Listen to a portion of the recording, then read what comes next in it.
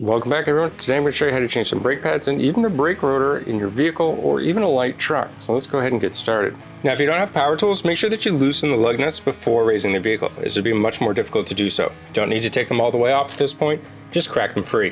First thing we need to do is lift the vehicle in a safe spot. You can always refer to the owner's manual as to where they recommend you to lift it. In this vehicle, I'm going to go ahead by the frame. This will give me enough room to position the jack after hoisting it up.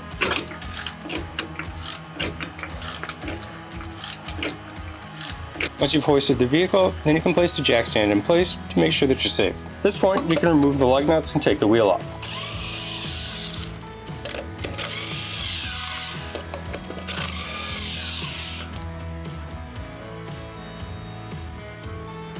Once you have the wheel off, you can see the brake parts. Here you have the brake rotor or the disc.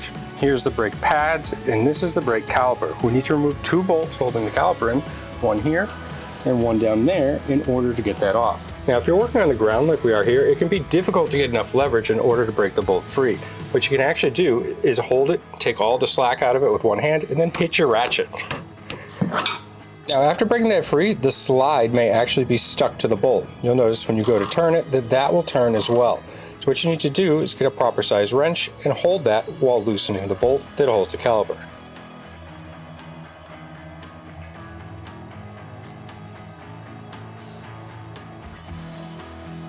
Now, before you completely remove the top bolt, you'll need to break the lower bolt free as well. Again, the same trick will work. Take all the slack out of the ratchet and just give it a tap.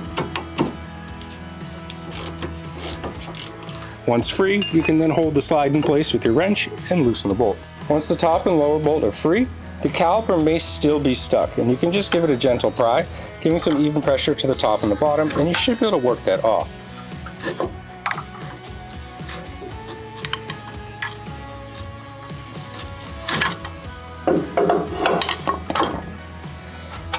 Be aware that some systems actually have a brake pad that has clips that sit inside of the spore, and when you pry in that method, it will be a lot more difficult to get the brake caliper off, but you should be able to do it nonetheless.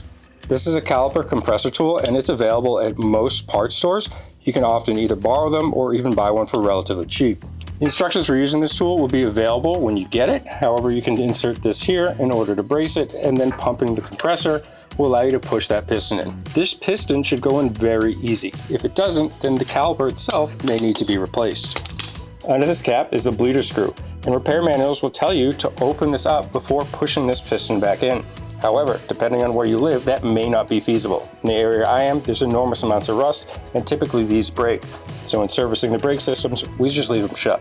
At this point, you can position the caliper out of the way. You can use metal hangers, whatever you need. On a truck like this, you can simply just set it here and nothing's going to happen to it. At this point, you want to remove the old brake pads. And again, these may be stuck, but not always. You can just pry them off, or sometimes you may need to gently tap with a hammer.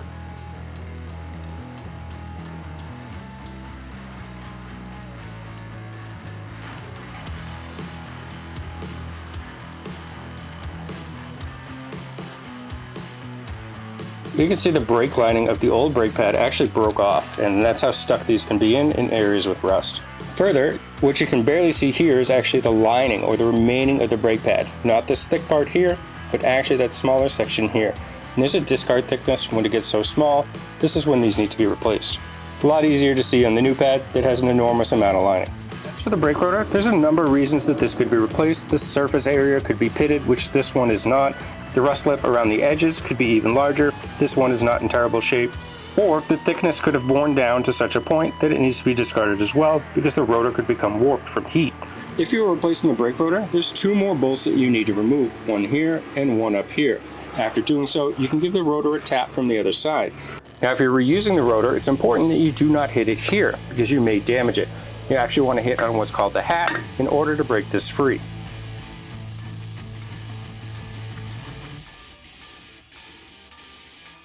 Once the rotor is free, you should be able to pull it back and forth. If for some reason it's still stuck, you may need to back off the emergency brake. On the back side, you'll have what's called a backing plate, and there'll be small rubber plugs. Sometimes they're circular, sometimes they're rectangular. They'll go into openings. Through these openings, you can use a screwdriver to adjust the emergency brake. Make sure you refer to the proper procedure in order to do so, but most of them are pretty simple, and you can just use a screwdriver to push it one way. If that locks it, back it up the other way, and then it'll be free. Oftentimes, the new brake pads will come with new hardware as well. Not always, so you may need to clean it. this video I'm going to show you how to clean it. It's relatively simple. Easiest method is with a file. You can just get in and clean all this, getting all the debris. You can even take these brackets off and clean underneath it as well.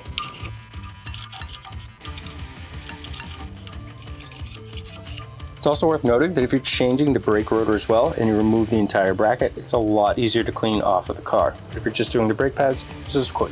The next method is to use a power tool, and you can help clean the debris that way. Make sure you're following proper safety precautions and use a mask, hearing protection, and safety goggles.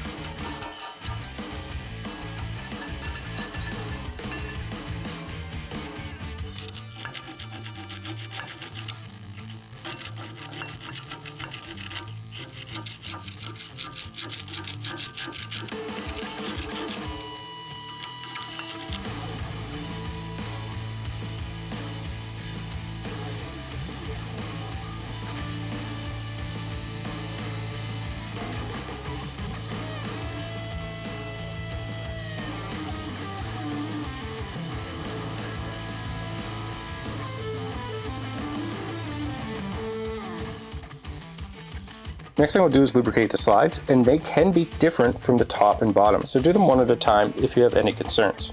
To lubricate everything in the brake system, you can use a brake and caliper grease. You should be able to find this or a similar product at your parts store.